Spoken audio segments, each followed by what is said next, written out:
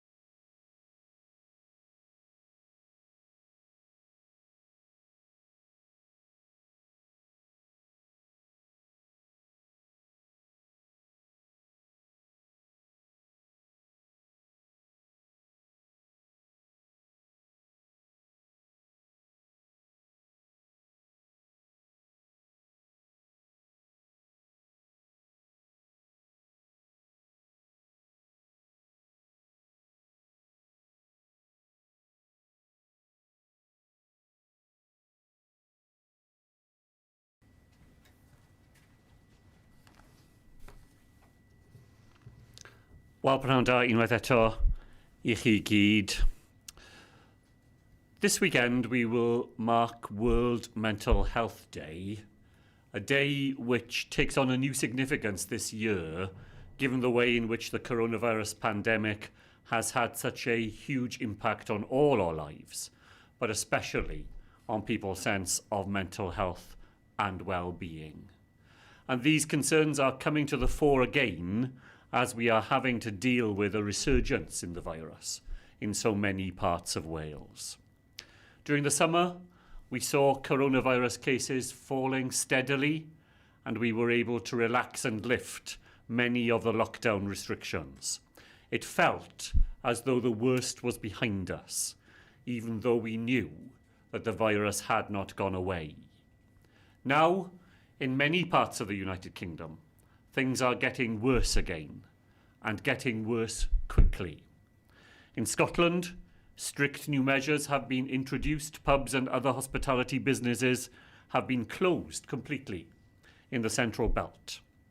And we are told that on Monday, the UK government will tighten restrictions in parts of Wales where the level of the virus is higher than anywhere here. Will tighten restrictions in parts of England where levels of the virus are higher than anywhere in Wales. And further afield in Europe, lockdown measures are again being introduced because the virus is once again out of control. Here in Wales too, the virus is waking up for winter. The approach we are taking is to balance the need to act together to turn back the tide of coronavirus, but only to restrict freedoms where we know that that has to be done. And this is a difficult balancing act. Where we can, we will do our very best to change the rules to make life easier, while always putting the protection of health at the forefront of everything we do.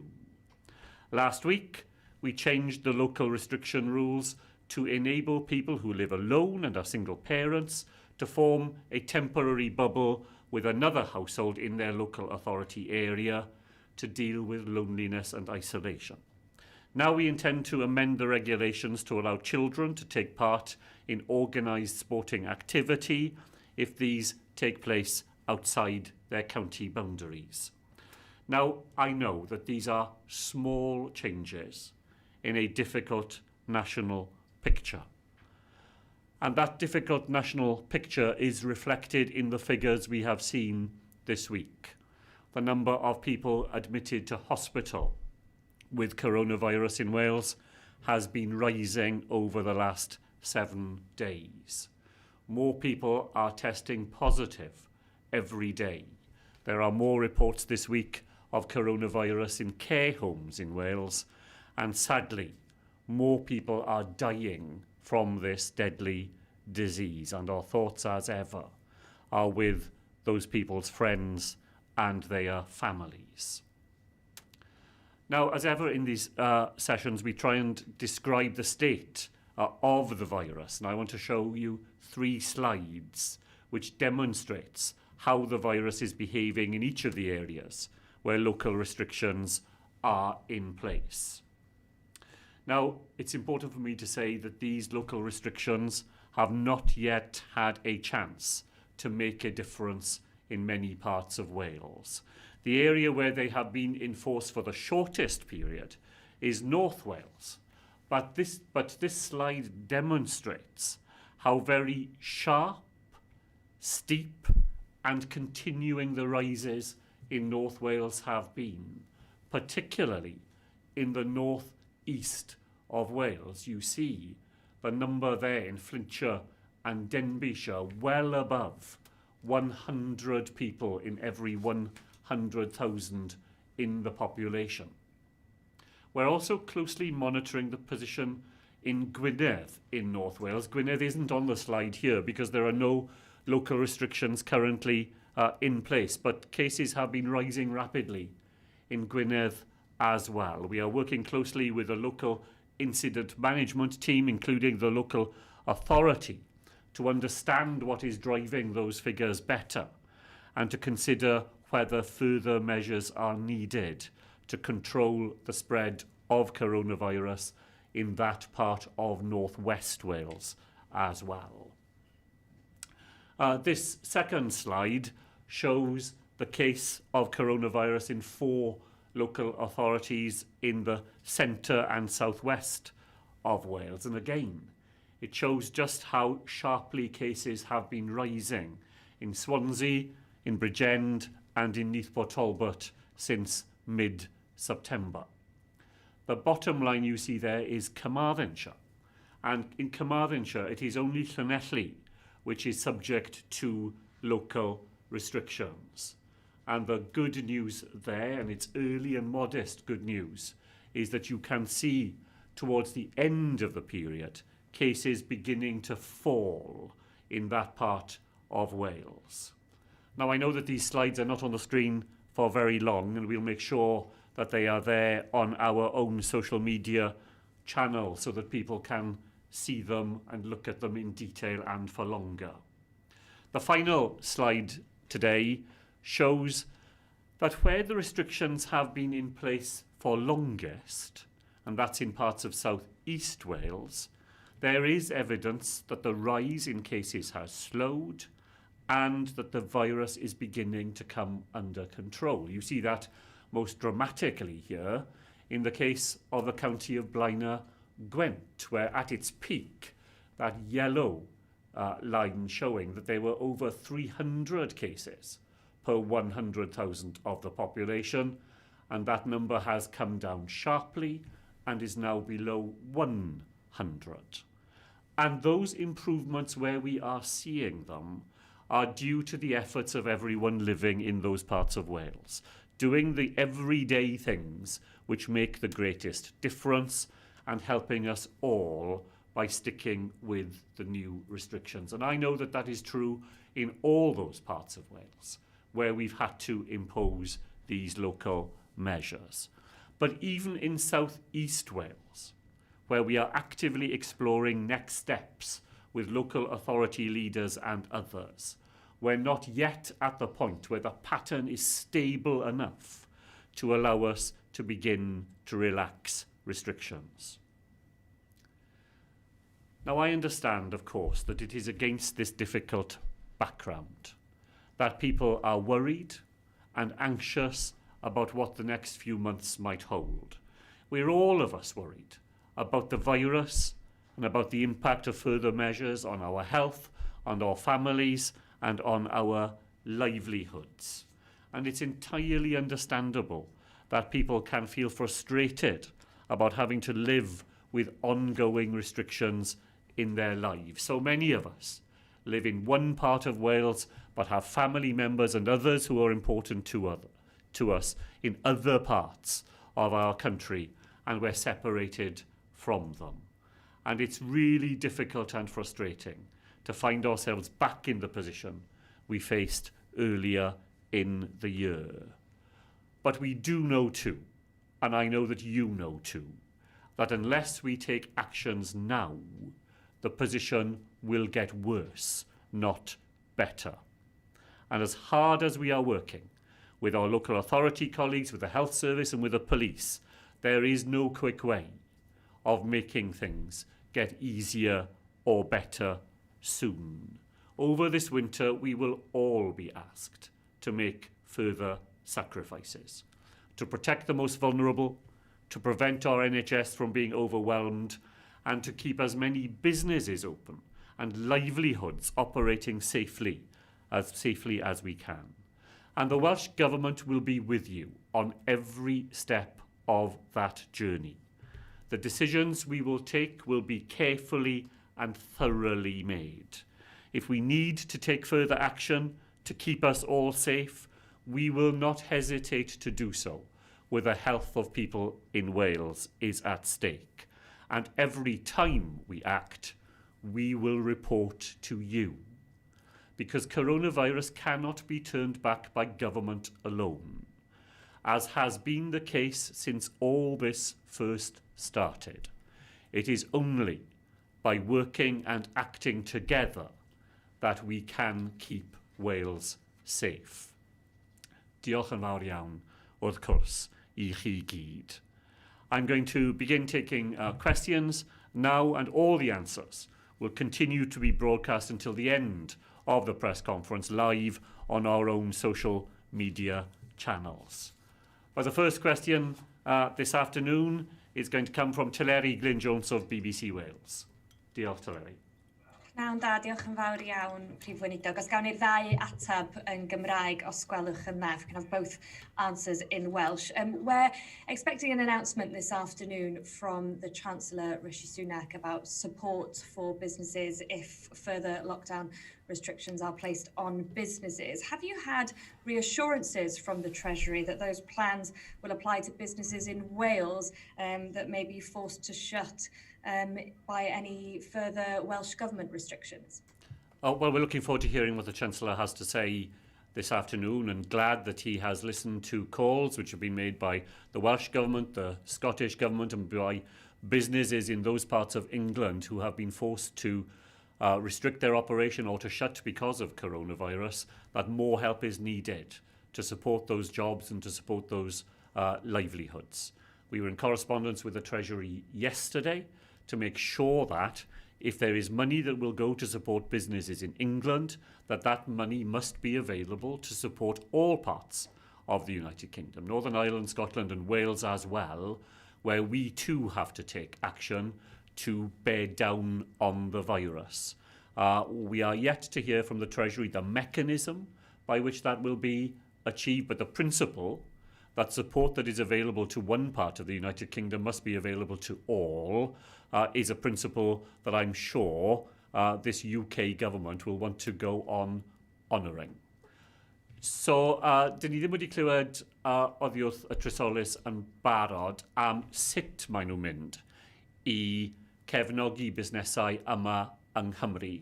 Ond yr egwyddor, os maen nhw'n mynd i roi cefnogaeth i busnesau yn Lloegr, mae'n rhaid i yr un gymorth bydd ar gael i busnesau yn unrhyw le yn y Deyrnas Unedig. Dwi'n siŵr bydd yr egwyddor yna yn taro gyda'r Llywodraeth y Deyrnas Unedig.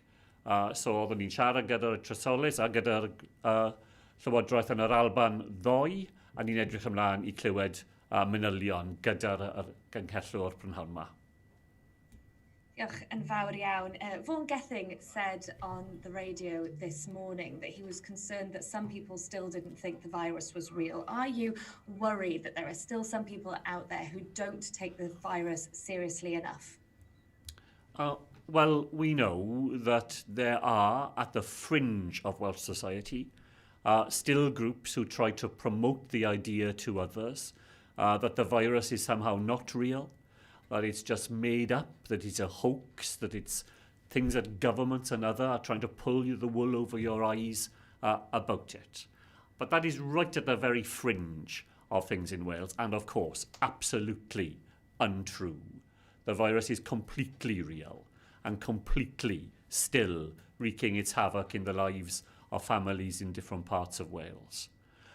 There are other people who I think relaxed their guard during the summer months, who believed that because things were improving, we were on an inevitable journey to the elimination of the virus. Unfortunately, that has not turned out to be true, and some people are still catching up with the fact that the virus is back, and in some parts of Wales, back with a vengeance, and that we've all got to return to the things that were making a difference earlier in the year, because we need that difference to be made again now. But the huge majority of people in Wales, I think, still want to do the right thing, want to make sure that they're making their contribution. And as I said when we showed that slide of improvements in some parts of Wales, it's because of those efforts that we can still have confidence that by acting together, we can still turn the tide on the upswing in the virus we've seen over the last few weeks. So mae rai bobl yng Nghymru o nifer bach ydyn nhw sy'n dal I ddweud dydy coronavirus dim yn digwydd, just rhywbeth mae llywodraeth y bobl eraill yn ddweud yw e. Wrth cwrs mae hwnna ddim yn wir. Mae coronavirus da ni yma yng Nghymru mae'n cael effaith drwg dros ben mewn nifer o'r lefydd yma yng Nghymru. Mae rai bobl eraill dros yr haf wedi tynnu y wers oedd mae pethau'n wella ac oeddwn ni'n ar y ffordd i'r pwynt ble oedd coronavirus yn mynd I diflannu. Yn anffodus mae hwnna ddim wedi digwydd, mae rai bobl ddim cweit eto wedi newid be maen nhw'n wneud I delio'r lan gyda'r sefyllfa ni'n wynebu ar hyn o bryd. Ond y mwyafrif fawr o bobl yng Nghymru yn dal I wneud popeth maen nhw'n gallu wneud I helpu ni gyd I troi coronavirus yn ôl. A pan oeddwn ni'n dangos y slaid am beth sy'n wedi digwydd yn y de dwyrain, mae hwnna'n dal I ddangos. Pan ni yn gweithio dy gilydd fel na, ni yn gallu cael effaith positif, a dyna beth dwi'n siŵr y mwyafrif fawr o bobl yng Nghymru yn eisiau weld ac yn eisiau wneud. Terry, diolch yn fawr. Over to James Crichton-Smith at ITV Wales. First Minister, thank you.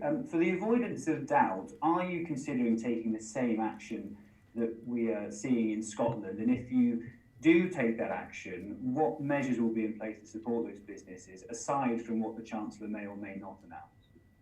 James, the approach we are taking in Wales is to match the actions we take to the source of the problem. So if we were to see in Wales areas of coronavirus rising because those cases were traced to hospitality businesses, and that was why numbers are rising, we would of course take action to deal with that. But it is really important that actions match the cause of the problem. And when I was talking with the Chief Constable of Gwent and others yesterday, the evidence on the ground in that part of Wales was that the numbers that are rising are not being caused in hospitality businesses.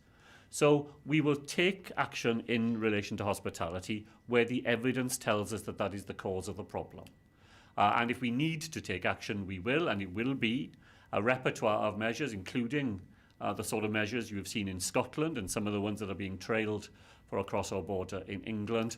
And then we will need to draw on the same stream of funding that the Chancellor is about to announce for businesses in England, so that we can support businesses in Wales in the same way. Thank you. Secondly, can you try and explain to us what's going on in Cwm Morgannwg? There are now 3 hospitals with 3 separate COVID outbreaks, unlike any we've seen in the whole of Wales for the entirety of the pandemic. It seems like awfully bad luck for that health board, or is there something else going on that you can enlighten us on? Because it seems to be an outlier in what's happening in those hospitals. Well, the Cwm Morgannwg area is not just an outlier in relation to what is happening in hospitals, but you'll have seen from that slide that the incidence of coronavirus in that part of Wales is higher than any other part of Wales. We have local authorities there where the numbers are the highest of all, and where the positivity rates are the highest of all. So not only are the numbers elevated, but when people come forward to be tested, I think I'm right in saying that some parts of the Cwm Morgannwg area are the only part of Wales where positivity rates are above 10%. And it is just inevitable that when coronavirus is spreading in the community at that rate, that you see flows onward into hospitals at a rate that you will not see in parts of Wales where coronavirus is not at the same level. So the position in the hospitals is a reflection of the position in the community. And that part of Wales has seen more coronavirus and a steeper rise in coronavirus than elsewhere. The slight ray of hope is that numbers have begun to come down in the community, particularly in the RCT area, and the people are working very hard indeed to make sure that where coronavirus enters a hospital with someone who is a positive case, that everything is being done to make sure that that isn't spread more widely amongst patients who are already admitted. James, thank you. To Will Hayward at Wales Online. Thank you, First Minister. People are clearly feeling lockdown fatigue at the moment. South Wales Police have spoken today about issues of non-compliance. How significant do you think this problem is, and how does it affect your ability to control the virus in Wales? Well, I think we've got to be alert to it. Well, you know, there's no doubt that people who are being asked again to take measures in their own lives to restrict their freedoms and stop them doing things that in any other time we would take for granted, that is a bigger ask than it was earlier in the year. Nevertheless, the big picture continues to be that most people want to do the right thing. When we were talking, as I said yesterday, to senior police officers in the Gwent area, their estimate of compliance was still that it was at 95%. And when they have had to stop cars because of travel restrictions, they are not finding people travelling across borders other than for the permitted reasons. So while there is fatigue, and we've got to be aware of it, I still think that the big picture is that most people want to know what the right thing is to do and then to make their contribution.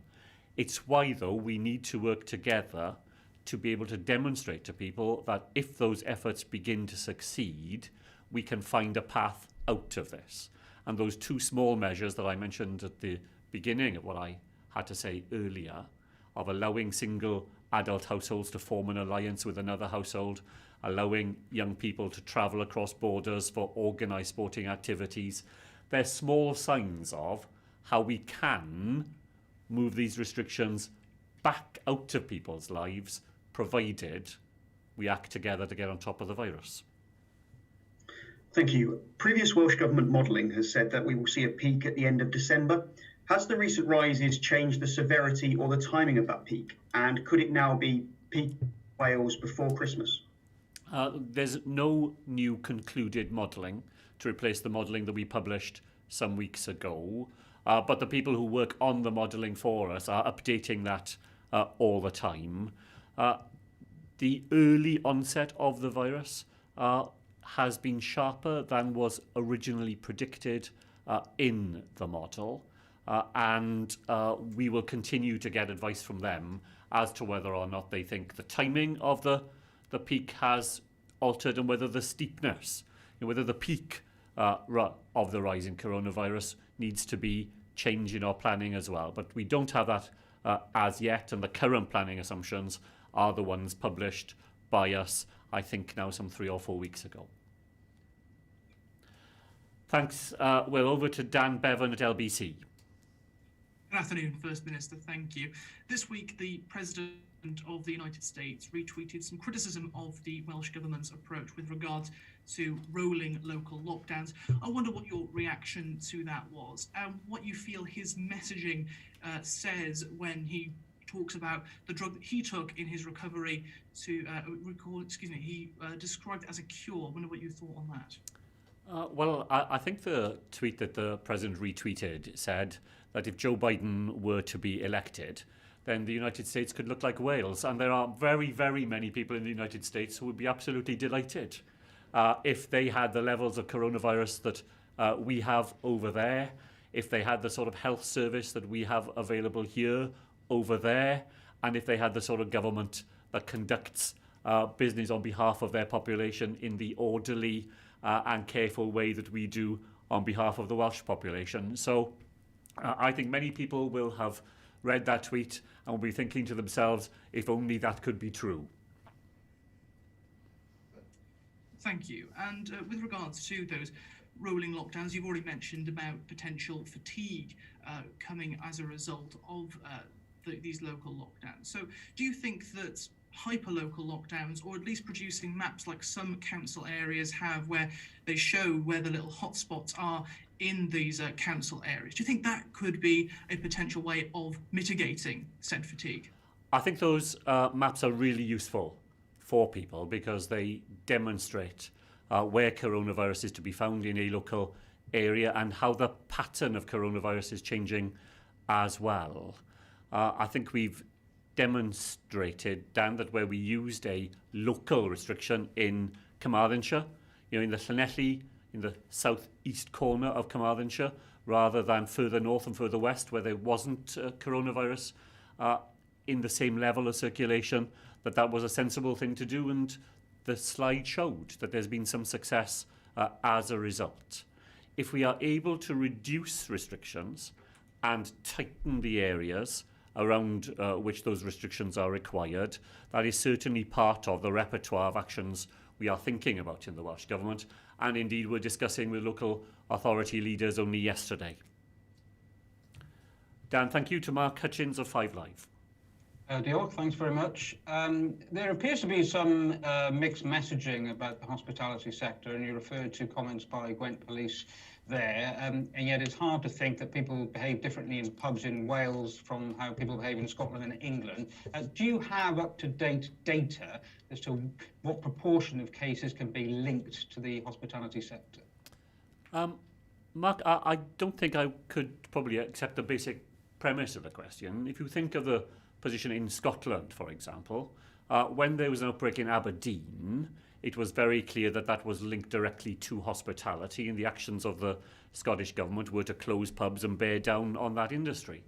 A couple of weeks later, there was an outbreak in Glasgow, where the Scottish Government didn't close pubs at all, because the evidence was that that was being driven by household transmission, not by pubs. So it is perfectly possible, I think, that the impact of the hospitality industry on local flare-ups does differ from place to place. And that's why in the Welsh Government, our aim is always to find out what is driving the numbers in a locality and to match the actions we take against the cause. And where hospitality is a problem, then we would take action. But if there isn't evidence that that is what is driving the numbers, then I don't think it's proportionate And I don't think it responds to the many people who are employed in that industry to take action where we don't have the evidence that that is what we need to do. So we do have evidence, and we collect the figures. I mean, we're hearing figures yesterday from colleagues in different parts of Wales at the number of cases that are being driven along by people returning to Wales from elsewhere who have the virus. The number of cases, for example, that are being produced by student populations coming back to Wales. The percentage of, or the number of cases that are happening in care homes in Wales, the number of cases that are happening through household transmission. So that sort of fine-grained detail is available to us, reported to us by local authorities or TTP teams and others, and it's complex.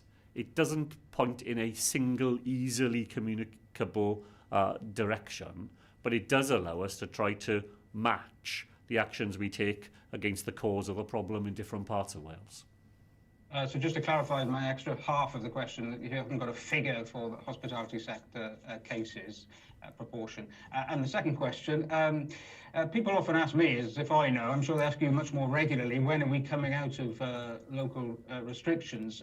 It's the case, isn't it, that you want to see at least 2 consecutive weeks of much lower figures than we've got at the moment. So on that basis, that suggests, doesn't it, that every area of Wales under lockdown at the moment is at least 2 weeks away from coming out, and probably several more? Well, we use 2 basic tests, and then we have more sophisticated information behind it. We use the positivity rate, and the threshold there is if it's more than 5%, then you need to take action. It's below 5% in the Gwent area now, as a result, I think, of the actions that have been taken. And we need a 7-day incidence figure, you know, the number of people who are suffering from it, to be below 50. And in parts of Gwent over the last week, it has bobbled up and down, slightly above, slightly below. And we need, as I said in my first remarks, a more reliable, certain pattern of that figure being below the 50 threshold and sinking further below it. I don't think we necessarily need another 2 weeks for that to happen in some parts of Wales, and we review the restrictions every 7 days. So we will be back round the table again before Thursday of next week. You've got to offer people some hope that the actions they are taking will lead to an improvement. And I'm very conscious of that in relation to the question I was asked earlier about people being willing to continue to comply with the restrictions. So we will look to see whether there are any opportunities, even if they are slight and preliminary, to lift those restrictions. But we'll only be able to do that. This is the fundamental test, where we're confident that it is in the public health interest of those populations to do so. Mark, thank you. Over to Rob Taylor at wrexham.com. Good afternoon, First Minister. The Leader of Conwy Council has made a formal request for removal of travel restrictions. Is there a response to that? And as you mentioned travel, it's now a week after you said you had powers to take action, possibly naming specific areas of England in our regulations. What options are being considered to solve that issue where people in English hotspots can still come to Welsh lockdown areas? And how imminent is a decision on that? Rob, thank you very much. I've signed off a reply to the letter I received from the Leader of Conwy Council. I'm afraid this is not the moment at which we can lift travel restrictions. I entirely understand his concerns for that local economy, but figures in Conwy are rising, not falling. And figures on either side of Conwy, in Denbighshire and Gwynedd, are rising and not falling as well.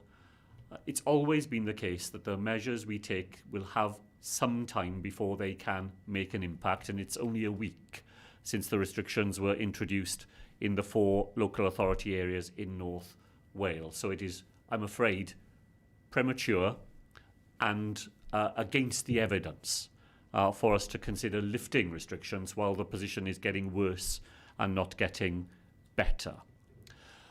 I'm yet to receive a reply to my letter to the Prime Minister, which is very disappointing given the seriousness of the issue. You will have read, Rob, I'm sure, as I have, speculation that the UK government is to introduce some travel restrictions in high incidence areas in England. And this has never been a matter of preventing people coming across the border. It's a matter of people from high incidence areas not going to low incidence areas, wherever those may be, whether they're in England or Scotland or Wales. So if the Prime Minister is preparing to take action on Monday, I'm prepared to wait until Monday to see what that action might be and to see how far it goes in protecting low incidence areas in Wales. In the meantime, we have been preparing a set of potential actions that we could take, working with our lawyers. And if on Monday it turns out that what we are hearing doesn't happen, and we're not confident that the UK government will do the right thing and just prevent people from areas in England where the incidence rate is far in excess of some parts of Wales and far in excess of some other parts of England. If the UK government isn't prepared to do that sensible thing and prevent people from travelling and spreading the virus with them, then we will have to rely on our own powers, which we do have and will use. But because we are hearing that the UK government may do the right thing, I'm prepared to wait until Monday to hear what that might be. Thank you. And more local authorities are publishing the heat map style information that I think you referred to as being really useful earlier. Is it possible to clarify if all councils have that data and if the decision to publish it is taken locally or not? And earlier this year, Public Health Wales data was expanded to local authority level to further inform people. Will hospitalisation data be published as well? Rob, I'm slightly not guessing, but I don't have it in front of me. I think the position is that all local authorities do have that information, and that it's then a matter of how useful they find it to produce those heat maps and what capacity they have in terms of their own local technology to do so. But I don't believe that it is a deficit in information that gets in their way of doing that. The difficulty of hospital level information has generally been that when numbers are low, then there's always a risk that the data isn't anonymised, that people can be traced from the data. And I know you and I have discussed this earlier in the summer. And as numbers were falling, so that problem was getting greater. As numbers rise again, it may well be that we will be able to publish hospital level data without running the risk that individual patients could be identified as a result. So I'm very happy that we will keep that under review and see if we do get to a point where it would be possible to do that. We've got a new colleague joining us today, which is very nice, and we'll go over next to Janet Hughes of Gloucestershire Live.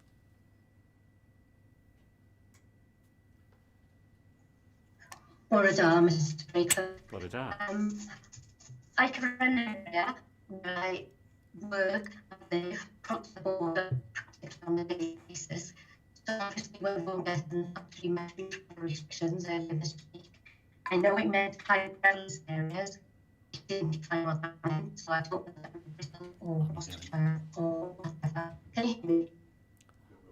Can you hear me? Janet, I'm really sorry. The line is coming and going a lot, and in the end I wasn't able to hear enough of the question to be able to answer it. Do you want to try one more time? And if it doesn't improve, we'll go to the next person and come back to you. But if you wanted to have one more go. Thank you. Yes, I live on a border area where people cross the border in the Wi-Fi and the local council office hasn't checked those sorts of things. So when the guest was talking about travel restrictions in the prevalence area, I was raised a few alarm bells. I was just wondering what message you would have, how you would enforce this. Jen, I think I just about understand. How you would bring it in. You say you've been talking about it. I live on a border area where people say you can give a message to the border. Yes, of course. Thank you very much. And the issue of the border has always been a really important to us, to many of us. In Wales, I have family members myself living in Gloucester, and the porous nature of our border is such we've always got to tend to it carefully. And I just want to reinforce the answer that I gave a moment ago to Rob Taylor, that when we talk about people travelling into parts of Wales where there is still not much coronavirus in circulation. That is not a border issue for us. It's just a general issue. We don't allow people in Wales to travel to those areas. We don't think it is fair, sensible, or the right thing for people from other parts of the UK to be able to travel there either. In the meantime, of course, our friends and colleagues across the border are always in our thoughts when we're making decisions. We have young people from Wales who travel every day for education in England. We have people who come to work from England into Wales. We will do our very best to make sure that any decisions we make, we communicate that as carefully as we can to people who live across our border, and for them to know they are our friends, they are our colleagues, and we never take decisions in a sense of thinking that they are a problem that we have to solve. Mr. Dreyfus, is there a perception that's happening with what happened with Stacey Solomon and Joe Salt and Simon Cole, the cover writer this week? Do you think the message is getting diluted? And also, you say about powers, you've been talking to Gwen Police. What powers would you use? And has there been a problem with people coming over the border when they shouldn't have been into Newport from England? There aren't reports of that being a problem. As I said in an earlier question, Gwen Police reported yesterday, from memory, of over 300 vehicles that they had stopped, and only a handful of cases where they had needed to impose fixed penalty notices. And as in earlier in the summer, where there were people who didn't realise that there were different rules that applied in Wales, who came across the border, the reports then too were that, provided people had that carefully explained to them, the reasons why we had different rules in Wales set out, people were very keen to do the right thing, to comply with them, and that's been our experience this time too. I agree with you, Janet, if I heard the first part of the question right. It's very easy for this to be reported as though it were a border issue. But for me, it's never been that. It is simply about, across the United Kingdom, trying to protect those parts of our country, Wales and other nations, where there isn't coronavirus, needing local restrictions, from people who live in parts where there is a lot of coronavirus about, and who may inadvertently, by travelling to those other places, take that virus with them. Thank you very much, and thank you for joining us today. Lastly, this morning then, to Steve Bagnall of the Daily Post. Thank you, First Minister. You have touched on this previously. What is the data saying about the impact of the North Wales lockdown, which obviously has 4 counties under stricter measures at the moment? And with the restrictions set to be reviewed next week, are they likely to be extended if current trends continue? Well, if current trends continue, Stephen, they are definitely likely to be continued, because every day for the last 7 days we have seen rises across the 4 counties that are currently subject to measures, and as I mentioned earlier, further west in Gwynedd as well. We have 3 of the 4 local authorities on the latest figures I've had which have gone through the 100 barrier. And until we are able to arrest that rise and turn the tide back again, I'm afraid the measures we have in place will need to continue to be there. But we wouldn't have expected, the public health experts who advise us would never have expected to see a change in that pattern within the first week. Thank you, First Minister. And we have Halloween and Bonfire Night coming up, 2 big social events. What is the current guidance on, say, whether trick-or-treating is going to be allowed or bonfire events go ahead? Or will that be decided closer to the time, depending on how COVID-19 is spreading? Well, we will provide further guidance closer to the time, but we are already being asked questions, as you can imagine, about these events. And I think the truth is that if these events are to go ahead at all, they will have to go ahead in a different way to the way that they would have done in any other year. I'm very reluctant to say to children and young people that Halloween is cancelled in Wales, but I do think that there are ways in which it might be possible for a different sort of celebration to take place that doesn't cause risks to them or to others. So I know there are people working very hard on this with imaginative ideas about things that could be done that would still allow children to enjoy that occasion, but it will have to be done in ways that keep them and other people safe. We'll be providing some further thoughts and guidance on that as we get closer to the time. Thank you all very much indeed. Thank you.